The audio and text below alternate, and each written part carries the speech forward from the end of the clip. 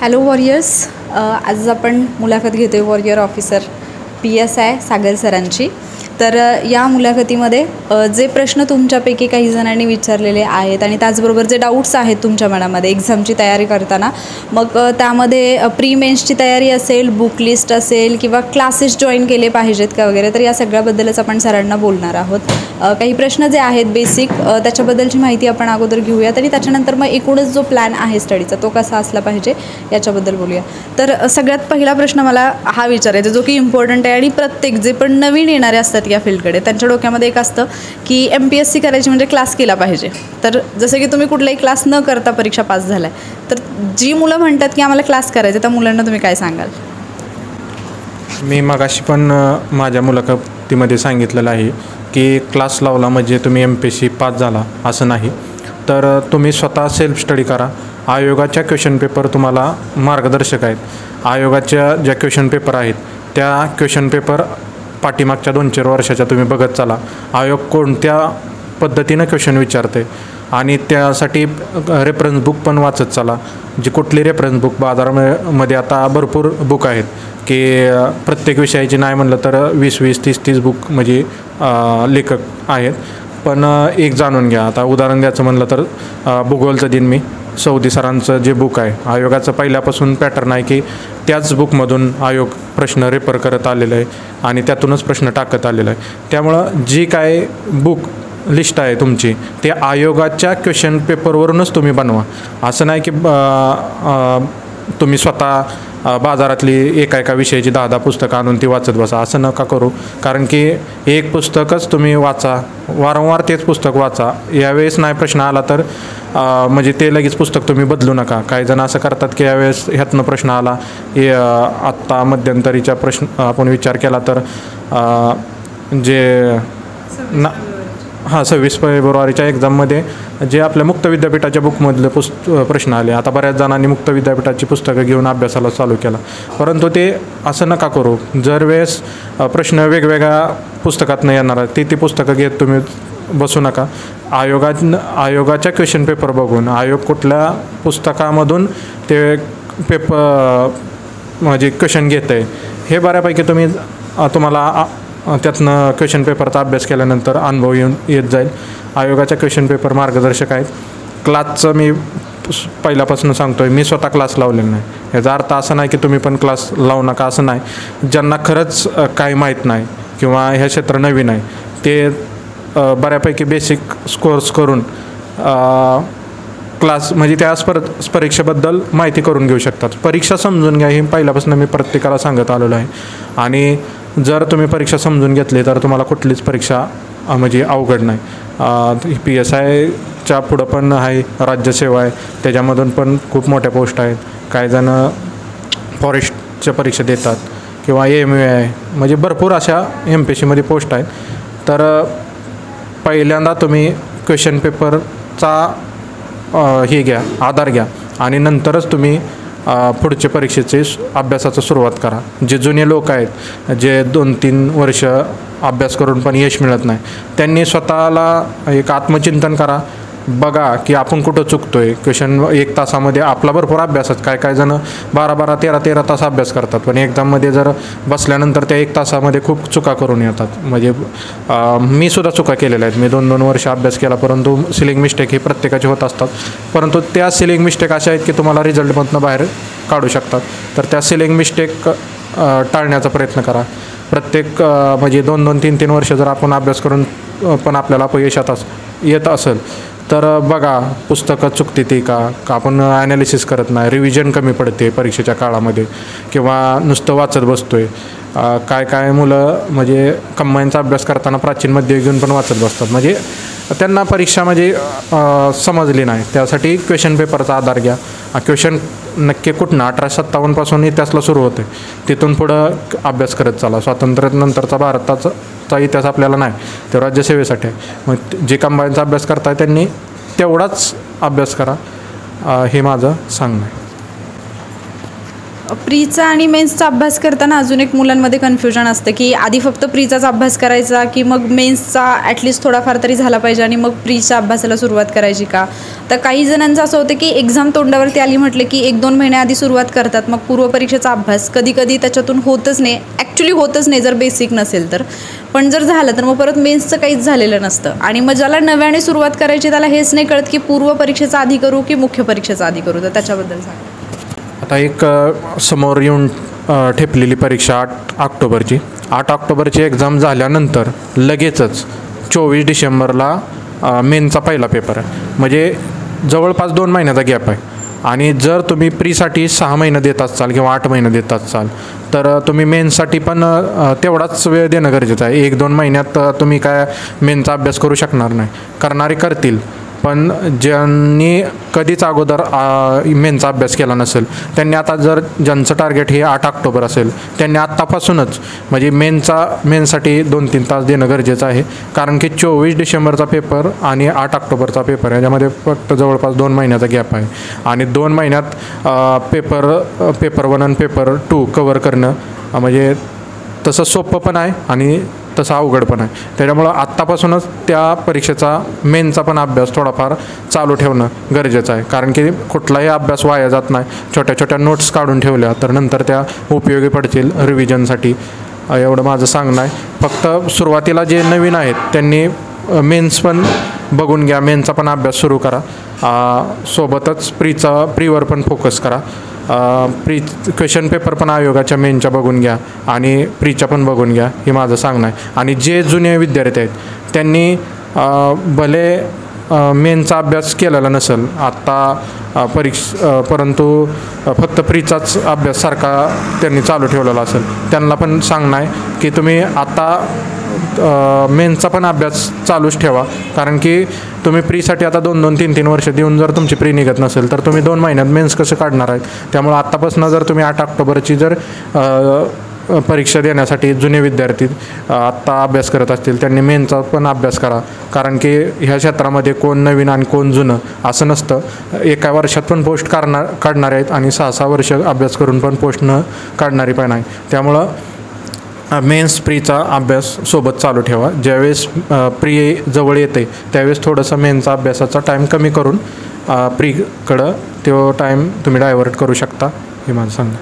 अभ्यासामध्ये सातत्य ठेवणं ही एक फार मोठी समस्या असते मुलांसमोर. कारण अभ्यासाला सुरुवात करतात, खूप जोशमध्ये सुरुवात केलेली असते, पण नंतर असं होतं की कळतच नाही की तो जोश कुठे निघून गेला आणि मग ते कन्सिस्टन्सी मेंटेन करणं फार अवघड जातं. तर तुम्ही तुमच्या अभ्यासातलं सातत्य कसं ठेवलं आणि स्वतःला मोटिवेट करणं हे फार गरजेचं असतं. कारण ज्यावेळेला मोटिवेशन असतं तर आपण काही ना काहीतरी करतो, पण बाह्य मोटिवेशन किती म्हणजे एखादं भाषण ऐकणं हे ते थोड्या कालावधीपुरतं असतं. तर तुम्ही स्वतःला कसं मोटिवेट करत होता आणि मुलांनी कन्सिस्टन्सी मेंटेन करावी, सातत्य राहावं, यासाठी तुम्ही जे केलं ते मुलांना सांगू शकता.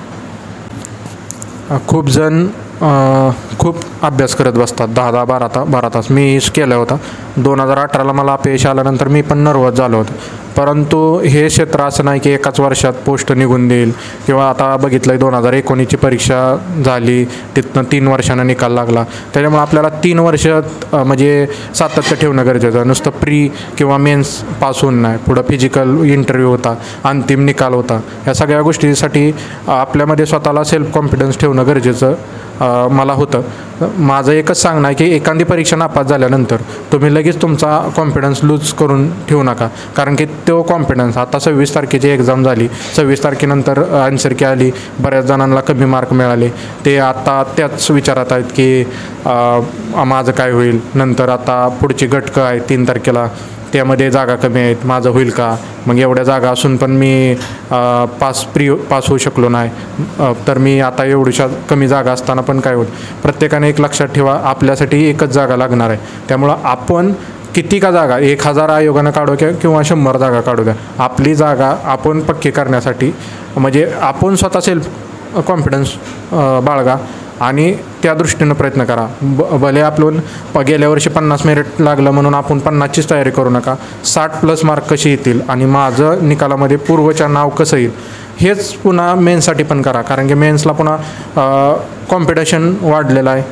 जरी रेशो 17चा 18चा वापरून 10,000 9,000 जरी मुलं असतील तरी ती हुशारच विद्यार्थी असणार आहेत, कॉम्पिटिशनमध्ये आलेले असतात. त्यांच्या शेवटच्या 500-600मध्ये यायचं किंवा 100 जागामध्ये यायचं किंवा 10 जागेमध्ये यायचं असेल तर आपल्याला त्या परीक्षेला शेवटपर्यंत आपला स्वतःचा कॉन्फिडन्स, आणि इतरांनी सांगून काय उपयोग नाही. आपण मोटिवेशनल भाषणं ऐकतो किंवा एखादा मित्र म्हणतो तू काय नाही होत कर, किंवा ती माझ्या पण बाबतीत असं झालं होतं, मी पण 2-3 वर्ष गेली, असं विद्यार्थी म्हणू शकतात की सांत्वन करू शकतील थोड्या वेळ. पण ती सांत्वन हे एक 1-2 दिवसाचं 3 दिवसाचं असू शकतं. तर स्वतः आपल्यात म्हणजे असं जोश भरा की मला ही जोपर्यंत अंतिम निकाल लागून मी जोपर्यंत ट्रेनिंगला जात नाही किंवा कुठं माझं आयोगाचं लेटर येत नाही तोपर्यंत माझा ही कॉन्फिडन्स ठेवणार. किंवा असं नाही की मी आज प्री पास झालो म्हणून कॉन्फिडन्समध्ये पुन्हा मेन्सला कॉन्फिडन्स लूज करून मेन्स नापास झालो, असं करू नका. जोपर्यंत तुमचा निकाल येत नाही तोपर्यंत तुम्ही पूर्णपणे कॉन्फिडंट राहा.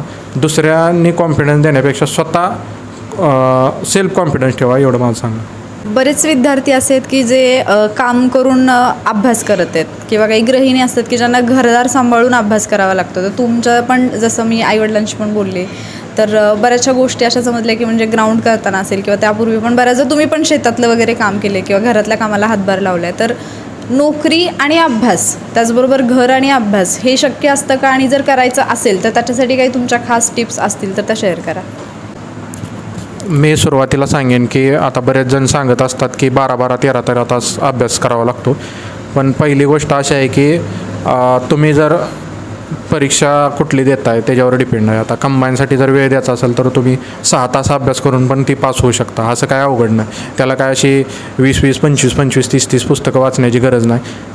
प्रत्येक विषयासाठी एकच बुक व्यवस्थित रेफर करत चला आणि रोजचं 6 तासाचं नियोजन तुमचं करू शकता. 6 किंवा 8 तासाचं तुम्ही हे करू शकता. आता जॉब करून पण करणारी म्हणजे मुलं भरपूर आहेत की पार्ट टाईम जॉब करतात पुण्यामध्ये आणि नंतर मिळालेल्या वेळेत अभ्यास करतात. आणि ही बरेच माझ्या आता निकालामध्ये पण माझे बरेच मित्र आहेत की ते असं पार्ट टाईम जॉब करून पण झालेले आहेत. असं नाही की पूर्णपणे अभ्यासासाठीच वेळ द्यावा लागतो आहे. किंवा मुली असतील तर त्यांना घरचं काम पण असतं, बाहेर लायब्ररी लावण्यासाठी घरच्या पालक कधी तयार नसतात वगैरे, घरी अभ्यास करावा लागतो. तर मुलींसाठी पण असं आहे की 6-7 तास जर तुम्ही अभ्यास केला तर ही तुमच्यासाठी पण अवघड गोष्ट नाही. फक्त परीक्षा समजून घ्या. परीक्षा समजून घेतल्यानंतर तुम्हाला कोणच म्हणजे अडवू शकणार नाही. आणि मुलींच्या बाबतीत असं असतं की 1-2 वर्षाचा कालावधी असतो आणि त्या कालावधीत त्यांना ते पोस्ट काढणं गरजेचं आहे. त्यांना एवढं माझं सांगणं आहे की तुम्ही तुमचं एक प्लॅनिंग बनवा.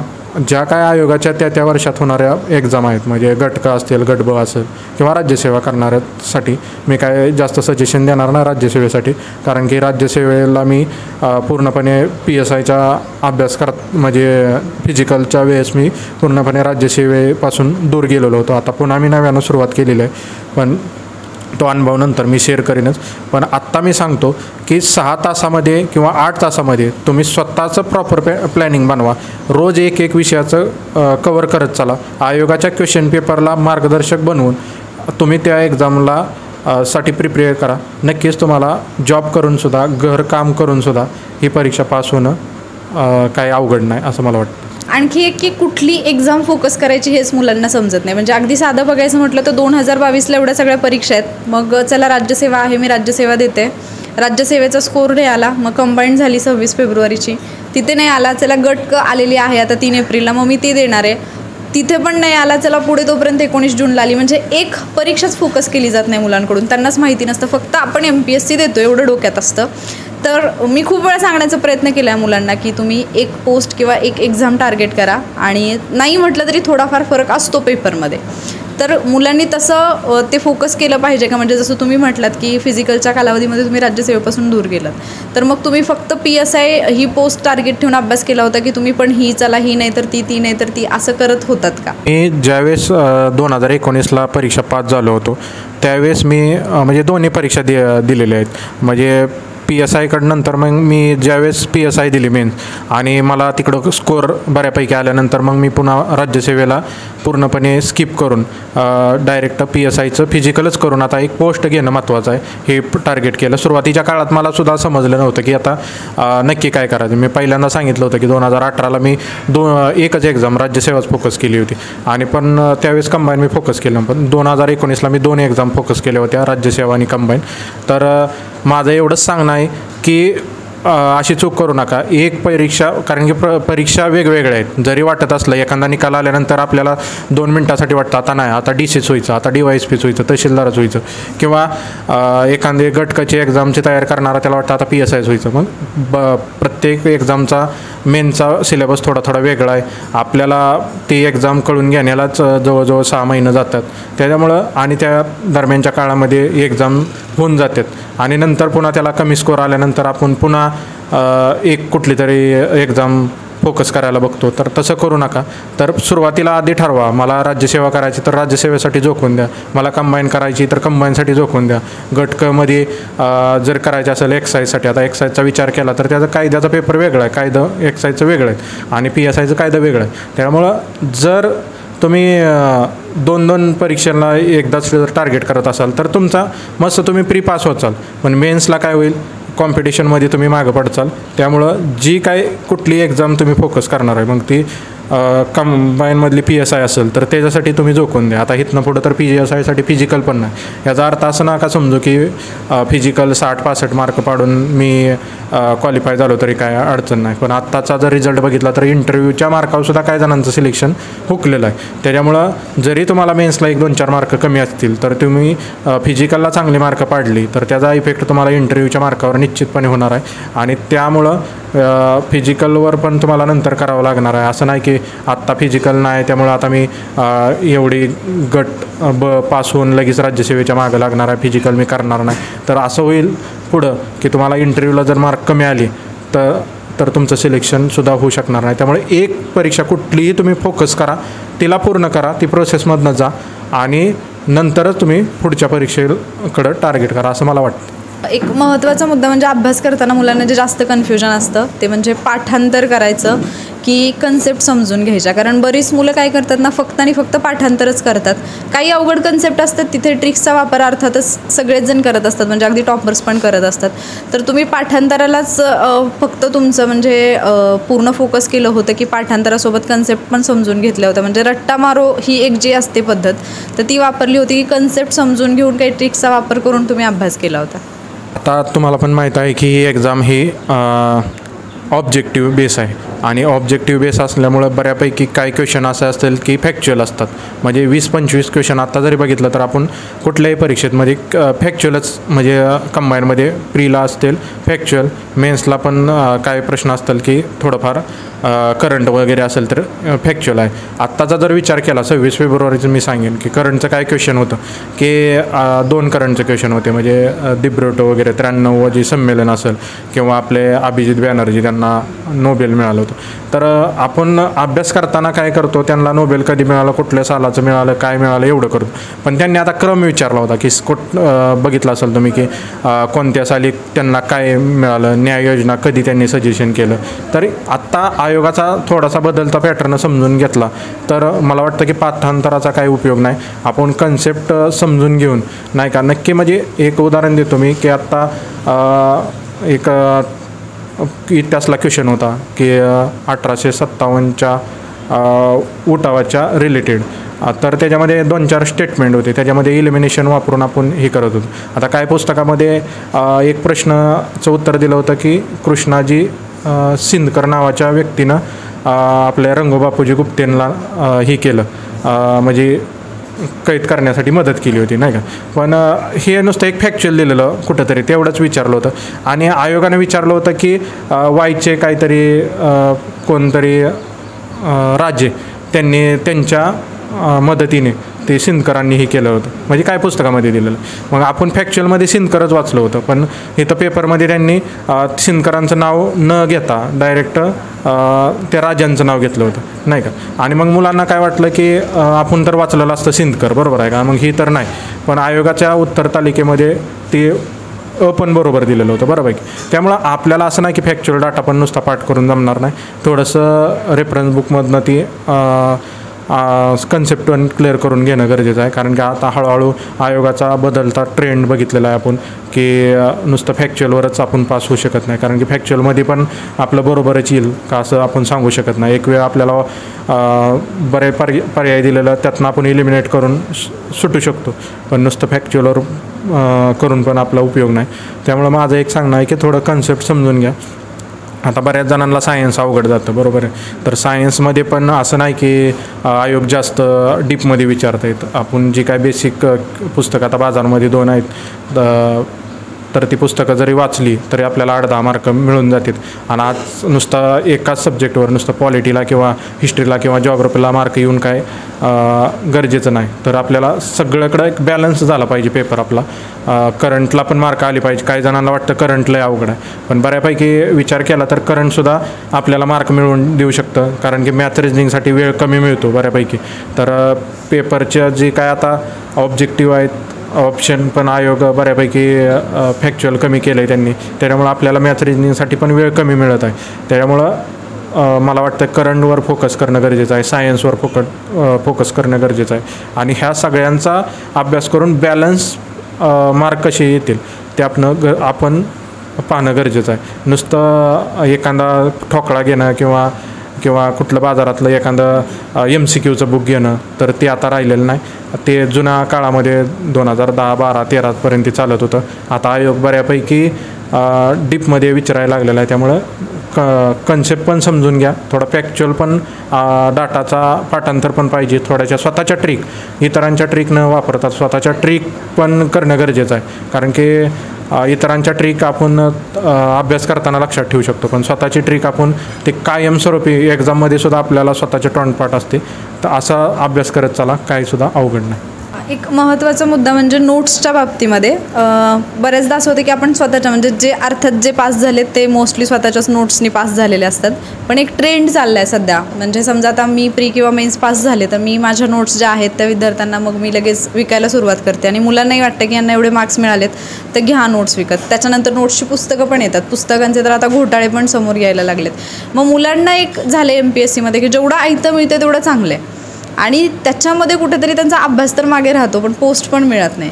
तर त्याच्याबद्दल तुम्ही काय सांगाल? म्हणजे तुम्ही स्वतःच्या नोट्स काढले होते की तुम्ही पण दुसऱ्या कोणाच्या तरी आयत्या नोट्स घेऊन वाचून पास झालेले आहात? मी कोणाच्याही नोट्स घेतलेल्या नाहीत, कारण की मला नोट्स वाचायलाच म्हणजे आवडत नव्हतं पहिल्यापासून. मी पुस्तकं रेफर केली आणि स्वतःच्या नोट्स बनवले होते मी. जॉग्रफी असेल किंवा स्वतःच्या ट्रिक होत्या. हिस्ट्रीला काय मी नोट्स वगैरे काय बनवल्या नव्हत्या. हिस्ट्रीला जेवढं वाचन करेल तेवढं. हिस्ट्री हा म्हणजे गमतीशीर विषय आहे, त्याला म्हणजे पाठांतराची काय गरज नाही. समजून घेऊन स्वतःच्या मनामध्ये एक पिक्चर टाईप ते बसवलेलं होतं. आणि आपल्याला कुठला जरी क्वेश्चन आला तरी आता हिस्ट्री तर सोपाच येतो बऱ्यापैकी. ते पुस्तकं, समाज, संस्था नाही का याच्यामध्येच क्वेश्चन येत असतात. त्यामुळं त्याच्या आपल्या वहीत लिहून घेणं किंवा ते पुस्तकात वाचणं हे मला काय हे वाटलं नाही. पुस्तकातच मी वाचत होतो. मी करंटच्या नोट्स स्वतः बनवत होतो, कारण की करंटनं शेवट एक्झामच्या वेळेस त्या फायद्याच्या ठरत होत्या. आणि त्या मला आत्तासुद्धा म्हणजे 2019च्या नोट्स मला आत्ताच्या 26 फेब्रुवारीच्या एक्झामलासुद्धा फायद्याच्या आल्या होत्या. आता एक क्वेश्चन होता रिसॅट टू RB1 असं एक आपल्याला उपग्रह विचारला होता ते, किंवा ते आता मगाशी उल्लेख केला मी बॅनर्जी सरांचा किंवा दिब्रोटो अध्यक्ष ह्यांचा. ही मला करंटला 13 मार्क आले होते आत्ता 15पैकी. म्हणजे आणि करंट हे जुनंच होतं आणि मी फिजिकलमुळं वगैरे काय अभ्यास केला नव्हता करंटचा. आत्ता फक्त या 2-3 महिन्यापुरता केला होता अभ्यास. जी करंट नोव्हेंबर-डिसेंबर असेल त्यातलं जे क्वेश्चन आले ते बरोबर आले, आणि जे जुने क्वेश्चन होते ते मला माझ्या नोट्समुळं मला फायद्याचं ठरलं होतं. जॉग्रफीचं ट्रिक बनवावं लागते तर त्या आपण स्वतः ट्रिक बनवून स्वतःच्या वहीमध्ये ठेवणं गरजेचं आहे. इकोच्या स्वतः नोट्स काढावं लागतील, कारण की इकोचं पण असं आहे की जे क्वेश्चन आपण जे पुस्तक वापरतो त्या पुस्तकामधला काय सिलेबस आपल्याला एक्झामसाठी नसतो, पण ते दिलेला असतो, इतर परीक्षांना लागतो. त्यामुळं आपण सुरुवातीपासून पुस्तक वाचणं गरजेचं नाही. तर त्यातल्या नोट्स काढण्या, सार्वजनिक वित्त, त्याच्या जर आपल्याकडे नोट्स असतील तर एक अर्धा तासात तर आपण ते रिवाईज करू शकतो. आणि त्याच्यामध्ये 6-7 प्रश्न एकदा 2019ला नुसतं एकाच चॅप्टरवरचे आले होते. दारिद्र्य, बेरोजगारी असेल, किंवा आता आयोगाने ह्यावेळेस थोडंसं क्वेश्चन वेगळं विचारलं होतं, त्यामुळं ठीक आहे. पण आयोगाचा जी पॅटर्न आहे तर त्या पॅटर्न आपल्याला फॉलो करण्यासाठी आपल्याला त्या नोट्स फायदेशीर ठरतील. आणि ते नोट्स कशा बनवायचा, तर ती क्वेश्चन पेपरचं ॲनालिसिस करताना नक्की कुठल्या टॉपिकवर क्वेश्चन आलेले आहेत. आज ह्या टॉपिकवर आलेला आहे तर उद्या त्या चॅप्टरमधला दुसऱ्या टॉपिकवर पण येऊ शकतो, नाही का. ही बनवून तुम्ही इकोच्या सुद्धा नोट्स बनवू शकता. सायन्ससाठी नोट्स बनवणं मला वाटत नाही की फायद्याचं ठरेल. तर जी काय आपली स्टेट बोर्डची बुक आहेत त्यातल्या जी नोट्स बनवल्या तरी ठीक आहे, पण जी काय आपण रेफरन्स बुक वापरतो त्याच्या नोट्स लिहिणं गरजेचं नाही. करंट, जॉग्रफी आणि इकोसाठी नोट्स बनवले तर आपल्याला फायद्याचं ठरेल. पॉलिटीसाठी पण बनवाल एवढं थोडंच आहे, कारण पॉलिटीला आपण कुठलं लक्ष्मीकांत बुक जरी वाचलं तरी त्यातनं आपल्याला फायद्याचं आहे. फक्त त्यातला अपवाद समजून जर घेतला आपण पॉलिटीचं तर आपल्याला ती पण सब्जेक्ट सोपं आहे, मला असं वाटतं. थोडं मेन्सबद्दल मुलांनी विचारले की इंग्लिश बऱ्याच मुलांना हार्ड जातं, तर इंग्लिशचा अभ्यास तुम्ही कसा केला होता, आणि त्याच्याचबरोबर पेपर सोडवताना टाईम मॅनेज करणं हा एक वेगळाच प्रॉब्लेम असतो, कारण बऱ्याचदा अभ्यास असतो, सगळं असतं, पण ते एका तासामध्ये मॅनेज करायला जमत नाही. तर इंग्लिशचा अभ्यास आणि पेपरचं टाईम मॅनेजमेंट याच्याबद्दल थोडंसं. इंग्लिशच्या अभ्यासासाठी मी सर्वप्रथम सांगेन की जे आयोगाचं क्वेश्चन पेपरचं एक पुस्तक बाजारामध्ये आहे, त्यामध्ये 1984 ते 2019-20 पर्यंतचे क्वेश्चन पेपर दिलेलं आहे. तर सुरुवातीला ते क्वेश्चन बघत चला. आता कंबाईनचा अभ्यास करत असताना कुठल्या टॉपिकवर आयोगानं क्वेश्चन विचारलेला आहे, ह्या वर्षी जर त्या टॉपिकवर नसेल तर पुढच्या वर्षी त्याच्यावर येऊ शकतो.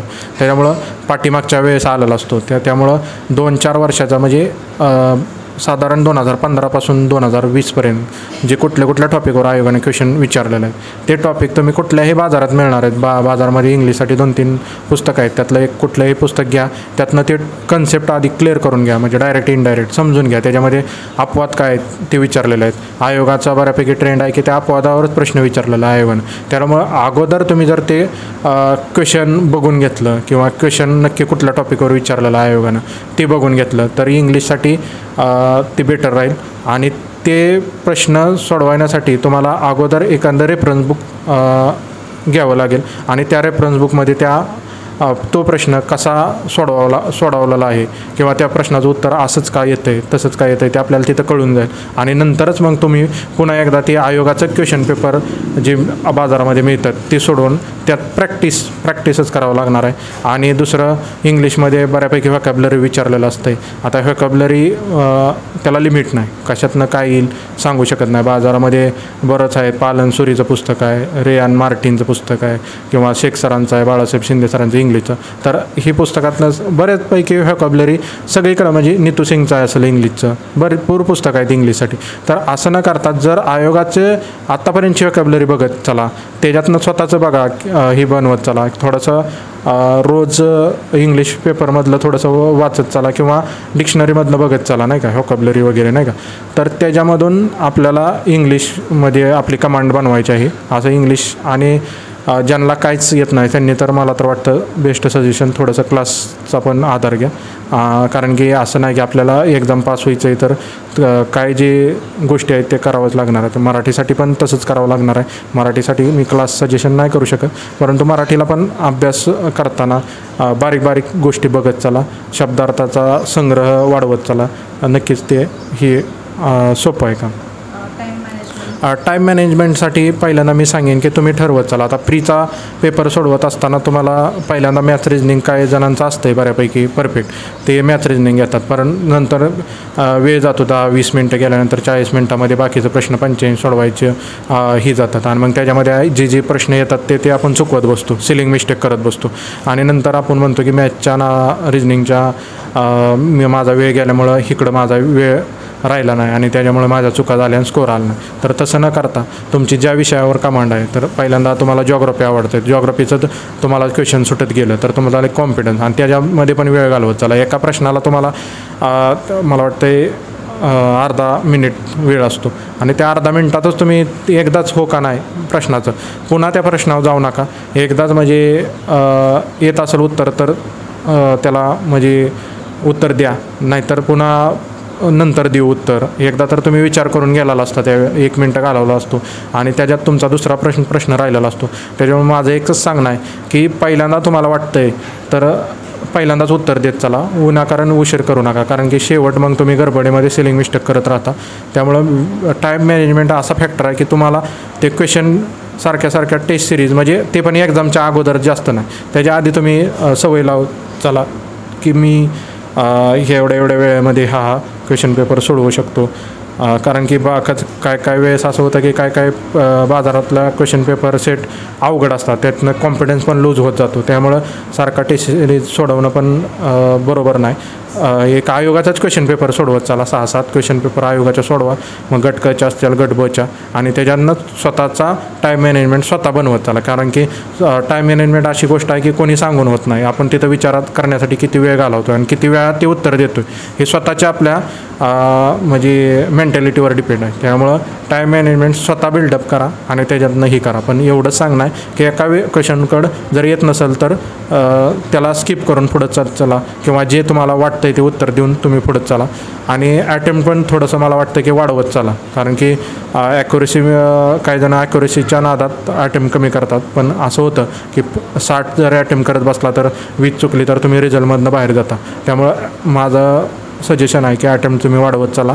अटेम्प्ट जास्त असला तरच तुम्हाला मार्क मिळून जातात. कारण की 4 प्रश्नातला एखादा दुसरा बरोबर आला तर तुमचं गेन होऊ शकतो, आणि 4 पैकी जर एखादा चुकला तर 3 प्रश्न तुम्ही मार्क घेऊ शकता आणि 2 चुकली तर तुम्ही म्हणजे पॉझिटिव्हच आहेत असं आहे. त्यामुळं अटेम्प्ट तुम्ही वाढवत चला, ही माझं सांगणं आहे. टाईम मॅनेजमेंट ही स्वतः बिल्डअप करत चला. आत्ता जे नवीन विद्यार्थी येतात, म्हणजे हा शेवटचा प्रश्न आहे, तुम्ही सक्सेसफुल झालात त्याच्याबद्दल तर तुमचं अभिनंदन आहेच.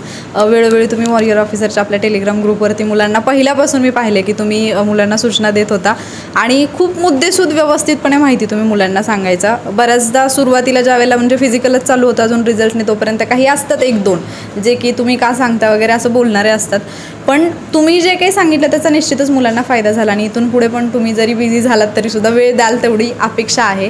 तर मुलांसाठी एक छोटासा मेसेज तुमच्याकडून जो पण असेल तो, जे की मुलं आत्ता तयारी करत आहेत किंवा नव्याने या फील्डकडे येत आहेत, त्यांच्यासाठी तुमचा काय मेसेज असेल? वॉरियर्स ऑफिसरशी मी करोनाच्या काळामध्ये जोडलो गेलेलो होतो आणि मॅडम नी मला त्या ग्रुपचा ॲडमिन पण बनवलेलं होतं. तर त्या ग्रुपचा म्हणजे फायदा म्हणजे वॉरियर्स ऑफिसरचा म्हणजे ज्या मॅडम 30 डे चॅलेंजेस वगैरे घेतात तर त्याचा फायदा बऱ्याच दृष्टीने ग्रामीण भागातल्या विद्यार्थ्यांना झालेला आहे. बरेच जण त्यावेळेस आम्हाला पोस्ट तुमची कोणती आहे किंवा काय असे विचारत चालत जायचे. मॅडमला पण विचारायचे, मला पण विचारायचे. परंतु आज पुण्यामध्ये जे क्लास घेतात त्यांच्यासुद्धा काय पोस्ट नाहीत. बरोबर आहे, काही जणांची पुस्तकात आपण काल बघितलं की त्याच्यामध्ये त्यांनी पोस्ट लिहिलेल्या होत्या, पण ते आता बोगस पुस्तकं म्हणून प्रसारमाध्यमांवर जाहीर झालेलं आहे. तर ग्रामीण भागातल्या म्हणजे जास्त काय फी पण नव्हती वॉरियर्स ऑफिसरच्या याच्यामध्ये, पण कसं असतं प्रत्येक गोष्टीला काहीतरी हे असल्यानंतरच त्याचं हे असतं. जर फी नसेल किंवा फुकाट जर लेक्चर देत बसेल तर त्याची व्हॅल्यू राहत नाही. तर त्या दृष्टीनं त्या मोजक्या माफक दरामध्ये ती बॅच मॅडमनं चालू ठेवलेली होती. आणि मी सुद्धा मॅडम मला बऱ्याच वेळा म्हणायच्या की तुम्ही व्हिडिओ बनवून टाकत जावा, परंतु मॅडम मला फिजिकलमुळे किंवा ह्याच्यामुळे वेळ नसायचा.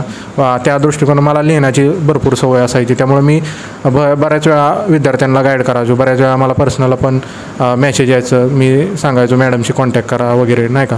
कारण की मी जेवढं मला सांगता येईल तेवढं मी सांगत आलो आहे. तर बऱ्याच विद्यार्थ्यांना त्या ग्रुपचा पण फायदा झालेला आहे. बऱ्याच जणांनी त्या ग्रुपच्या ह्याच्यातून आज प्रीला पण आहेत, काही जण मेन्सला पण आहेत.